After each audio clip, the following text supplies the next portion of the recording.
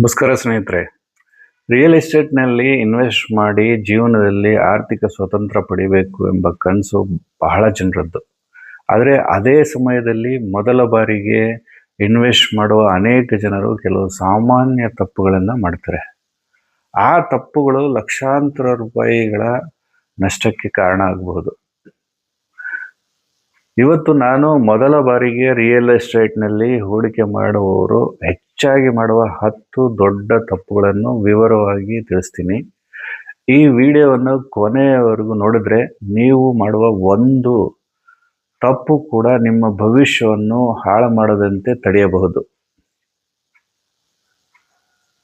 ನಾನು ನಿಮ್ಮ real estate ಮೇಷ್ಟ್ರು. ದಯವಿಟ್ಟು ನಮ್ಮ ಚಾನಲ್ನ ಲೈಕ್ ಮಾಡಿ, ಶೇರ್ ಮಾಡಿ, ಕಾಮೆಂಟ್ ಮಾಡಿ, ಇನ್ನಷ್ಟು ವಿಡಿಯೋ ಮಾಡಲು ಪ್ರೋತ್ಸಾಹಿಸಿ. ಹೆಸರುಘಟ್ಟ, ಬೆಂಗಳೂರು. ಯಾವುದೇ ಪ್ರಾಪರ್ಟಿಯನ್ನು ಖರೀದಿಸಲು ಮಾರಲು ಸಂಪರ್ಕಿಸಿ. ಮತ್ತೆ ವಿಷಯಕ್ಕೆ ಬರೋಣ. ಈ ಮೊದಲ ತಪ್ಪು ಏನು? ಕೇವಲ ಕಡಿಮೆ ಬೆಲೆ ನೋಡಿ ಖರೀದಿ ಮಾಡೋದು. ಸರ್, ಈ ಸೈಟ್ ತುಂಬಾ ಕಡಿಮೆ ಬೆಲೆಗೆ ಸಿಗ್ತಾ ಇದೆ. ಇದು ಅನೇಕ ಜನರು ಹೇಳುವ ಮಾತು. ಆದ್ರೆ ಪ್ರಶ್ನೆ ಏನಂದ್ರೆ, ಏಕೆ ಕಡಿಮೆ ಬೆಲೆಗೆ ಸಿಗ್ತಾ ಇದೆ? ಕಡಿಮೆ ಬೆಲೆ ಅಂದ್ರೆ ಅದು ಒಳ್ಳೆಯ ಡೀಲ್ ಅಂತ ಅರ್ಥ ಅಲ್ಲ. ಆ ಪ್ರದೇಶದ ಅಭಿವೃದ್ಧಿಯ ದಾಖಲೆಗಳು ಅಂದ್ರೆ ರಸ್ತೆ, ನೀರು, ವಿದ್ಯುತ್ತು, ಭವಿಷ್ಯದ ಬೇಡಿಕೆ ಎಲ್ಲವನ್ನ ನೋಡ್ಬೇಕಾಗತ್ತೆ. ಬೆಲೆಗಿಂತ ಮೌಲ್ಯ ಮುಖ್ಯ. ಎರಡನೇ ತಪ್ಪು, ದಾಖಲೆಗಳನ್ನು ಸರಿಯಾಗಿ ಪರಿಶೀಲಿಸದೆ ಖರೀದಿ ಮಾಡೋದು. ಸೇಲ್ ಡೀಡ್ ಇದೆಯಾ? ಖಾತಾ ಸರಿಯಾಗಿದೆಯಾ? EC ಕ್ಲಿಯರ್ ಆಗಿದೆಯಾ? DC ಕನ್ವರ್ಷನ್, ಇದಕ್ಕೆ ಅನ್ವಯಿಸೋ ಬೇರೆ ದಾಖಲೆಗಳು ಯಾವ್ದಾದ್ರು ಇದೆಯಾ? ಲೇಔಟ್ ಅಪ್ರೂವಲ್ ಇದೆಯಾ? ಇವುಗಳನ್ನ ನೀವು ಪರಿಶೀಲಿಸದೆ ಹಣ ಕೊಟ್ರೆ ಮುಂದೆ ಕಾನೂನಿನ ದೊಡ್ಡ ಸಮಸ್ಯೆ ಎದುರಾಗಬಹುದು. ಯಾವಾಗಲೂ ವಕೀಲರಿಂದ ಲೀಗಲ್ ವೆರಿಫಿಕೇಶನ್ ಮಾಡಿಸ್ಕೊಳ್ಳಿ.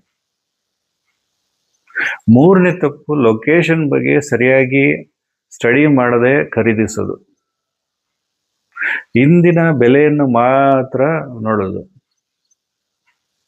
5 ಅಥವಾ 10 ವರ್ಷಗಳ ನಂತರ ಈ ಪ್ರದೇಶ ಹೇಗಿರುತ್ತೆ ಅಂತ ಯೋಚನೆ ಮಾಡಬೇಕು. ಈ ಮೆಟ್ರೋ ಬರ್ತಾ ಇದೆಯಾ? STRR, satellite town, ring road, peripheral road, airport expansion, industrial corridor, IT park, school, hospitals, ಇವುಗಳ ಏನಾದರೂ ಯೋಜನೆ ಇದೆಯಾ? ಭವಿಷ್ಯದ ಬೆಳವಣಿಗೆಗೆ ನಿಮ್ಮ ಲಾಭವನ್ನು ನಿರ್ಧರಿಸುತ್ತೆ. 4ನೇ ತಪ್ಪು, ಸಂಪೂರ್ಣ ಹಣವನ್ನು ಒಂದೇ ಪ್ರಾಪರ್ಟಿಯಲ್ಲಿ ಇನ್ವೆಸ್ಟ್ ಮಾಡೋದು. ಇದು ಫೈನಾನ್ಷಿಯಲ್ ರಿಸ್ಕ್ ಅಂತಾರೆ. ಒಂದೇ ಆಸ್ತಿಯ ಮೇಲೆ ಅವಲಂಬಿಸ್ಬಿಡೋದು.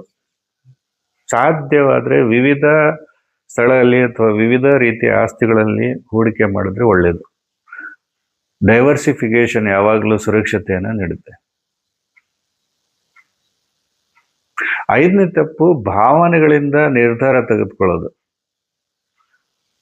ನನ್ನ ಸ್ನೇಹಿತ ಖರೀದಿಸ್ತಾನೆ, ನನ್ನ ಸಂಬಂಧಿಕರು ಹೇಳ್ತಿದ್ದಾರೆ, ಈ ಏಜೆಂಟು ತುಂಬಾ ಒತ್ತಾಯ ಮಾಡ್ತಿದ್ದಾರೆ, ಈ ಕಾರಣಗಳಿಗೆ ಖರೀದಿ ಮಾಡಕ್ ಹೋಗ್ಬೇಡಿ. ಡಾಟಾ ನೋಡಿ, ಫ್ಯಾಕ್ಟ್ಸ್ ನೋಡಿ, ಫ್ಯೂಚರ್ ನೋಡಿ, ನಂತರ ನಿರ್ಧಾರ ಮಾಡಿ. 6ನೇ ತಪ್ಪು, ಲೋನ್ ಸಾಮರ್ಥ್ಯವನ್ನು ಲೆಕ್ಕ ಹಾಕದೆ ಇನ್ವೆಸ್ಟ್ ಮಾಡೋದು. EMI ನಿಮ್ಮ ಆದಾಯದ 35 to 40% ಗಿಂತ ಜಾಸ್ತಿ ಆಗಬಾರ್ದು. ಇಲ್ದಿದ್ರೆ ನಿಮ್ಮ ಜೀವನವೇ EMI ಕಟ್ಟೋದ್ರಲ್ಲಿ ಕಳೆದೋಗ್ಬಿಡುತ್ತೆ. ಈ ಎಮರ್ಜೆನ್ಸಿ ಫಂಡ್ ಇಲ್ಲದೆ ಇನ್ವೆಸ್ಟ್ ಮಾಡೋದು ಬಹಳ ದೊಡ್ಡ ತಪ್ಪು. 7ನೇ ತಪ್ಪು, ಹಿಡನ್ ಕಾಸ್ಟ್ಗಳನ್ನ ಮರ್ತು ಬಿಡೋದು. ಸೈಟ್ ಬೆಲೆ ಮಾತ್ರ ಲೆಕ್ಕ ಹಾಕಕ್ ಹೋಗ್ಬೇಡಿ.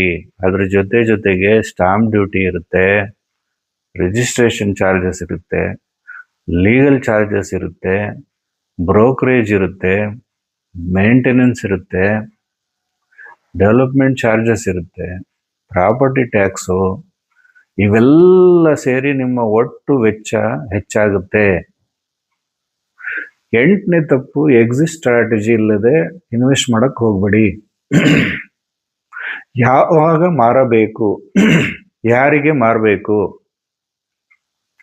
ಎಷ್ಟು ವರ್ಷ ಈ ಆಸ್ತಿನ ಇಟ್ಕೋಬೇಕು, ಇದು ರೆಂಟಲ್ ಕೊಡಬೇಕಾ, ಸ್ವತಃ ಬಳಸ್ಬೇಕಾ,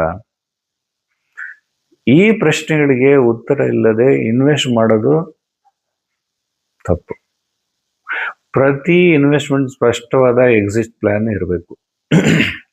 9ನೇ ತಪ್ಪು, ROI ಲೆಕ್ಕ ಹಾಕದೆ ಹೂಡಿಕೆ ಮಾಡೋದು. ROI ಅಂದ್ರೆ ರಿಟರ್ನ್ ಆನ್ ಇನ್ವೆಸ್ಟ್ಮೆಂಟ್. ಕೇವಲ ಬೆಲೆ ಏರಿಕೆಯನ್ನು ಮಾತ್ರ ಲಾಭ ಅಂತ ಭಾವಿಸಬೇಡಿ. ಈ rental income, maintenance cost, holding period, opportunity cost, capital appreciation ಎಲ್ಲವನ್ನ ಸೇರಿಸಿ ಲೆಕ್ಕ ಹಾಕಬೇಕು. ROI ಗೊತ್ತಿಲ್ಲದೆ ಇನ್ವೆಸ್ಟ್ ಮಾಡೋದು ಹೆಚ್ಚಾಗಿ ನಷ್ಟ ಅನುಭವಿಸ್ತಾರೆ. 10ನೇ ಮತ್ತು ಅತ್ಯಂತ ದೊಡ್ಡ ತಪ್ಪು, ಶಿಕ್ಷಣ ಪಡೆಯದೆ ಹೂಡಿಕೆ ಮಾಡೋದು.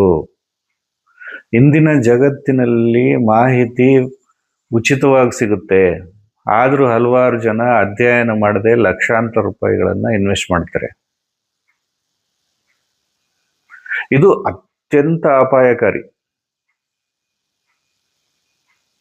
ಒಳ್ಳೆ ಪುಸ್ತಕಗಳಿದಾವೆ, ಅದನ್ನು ಓದ್ಬೋದು, ಮಾರ್ಕೆಟ್ ಅನಾಲಿಸಿಸ್ ಮಾಡೋದನ್ನ ಕಲಿಬೋದು, ರಿಯಲ್ ಎಸ್ಟೇಟ್ ಎಕನಾಮಿಕ್ಸ್ ಅರ್ಥ ಮಾಡ್ಕೋಬೇಕು, ಕಾನೂನಾತ್ಮಕ ವಿಷಯಗಳನ್ನು ನಾವು ತಿಳ್ಕೋಬೇಕಾಗುತ್ತೆ. ತಜ್ಞರ ಸಲಹೆಯನ್ನು ಪಡೆದ್ರೂ ಓಕೆ. ನೆನ್ಪಿಡ್ಬೇಕಾಗಿರೋದು ಏನಂದ್ರೆ, ಜ್ಞಾನವಿಲ್ಲದ ಹೂಡಿಕೆ ಜೂಜಿದ್ದಂಗೆ, ಜ್ಞಾನದೊಂದಿಗೆ ಮಾಡಿದ ಹೂಡಿಕೆ ಸಂಪತ್ತು. ಇದೀಗ ಈ 10 ತಪ್ಪುಗಳನ್ನು ಮತ್ತೊಮ್ಮೆ ನೆನಪಿಸ್ತೀನಿ.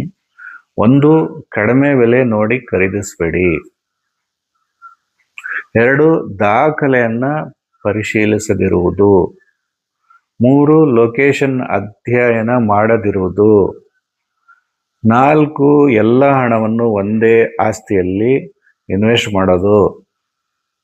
5, ಭಾವನೆಗಳಿಂದ ನಿರ್ಧಾರ ಮಾಡೋದು. 6, ಲೋನ್ ಸಾಮರ್ಥ್ಯ ಲೆಕ್ಕ ಹಾಕದಿರೋದು. 7, ಹಿಡನ್ ಕಾಸ್ಟ್ ಮರ್ತು ಬಿಡೋದು. 8, ಎಕ್ಸಿಟ್ ಸ್ಟ್ರಾಟಜಿ ಇಲ್ದಿರೋದು. 9, ROI ಲೆಕ್ಕ ಹಾಕದಿರೋದು. 10, ಕಲಿಯದೆ ಇನ್ವೆಸ್ಟ್ ಮಾಡೋದು. ಸ್ನೇಹಿತರೆ, ರಿಯಲ್ ಎಸ್ಟೇಟ್ನಲ್ಲಿ ಹಣ ಮಾಡುವುದು ಕಷ್ಟ ಅಲ್ಲ, ಆದರೆ ತಪ್ಪುಗಳನ್ನು ತಪ್ಪಿಸುವುದು ಅತ್ಯಂತ ಮುಖ್ಯ. ಒಳ್ಳೆಯ ಇನ್ವೆಸ್ಟರ್ ಹೆಚ್ಚು ಲಾಭ ಮಾಡ್ತಾರೆ ಎಂಬುದಕ್ಕಿಂತ ಅವರು ಕಡಿಮೆ ತಪ್ಪುಗಳನ್ನು ಮಾಡ್ತಾರೆ ಎಂಬುದೇ ಸತ್ಯ.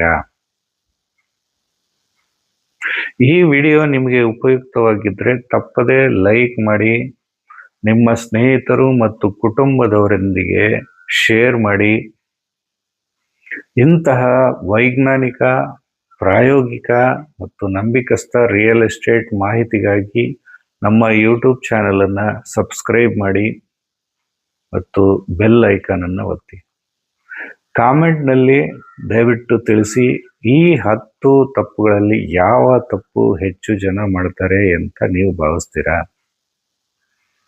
ಮುಂದಿನ ವಿಡಿಯೋದಲ್ಲಿ ಮತ್ತೊಂದು ಪ್ರಮುಖ ರಿಯಲ್ ಎಸ್ಟೇಟ್ ವಿಷಯದೊಂದಿಗೆ ಭೇಟಿಯಾಗೋಣ. ಧನ್ಯವಾದಗಳು.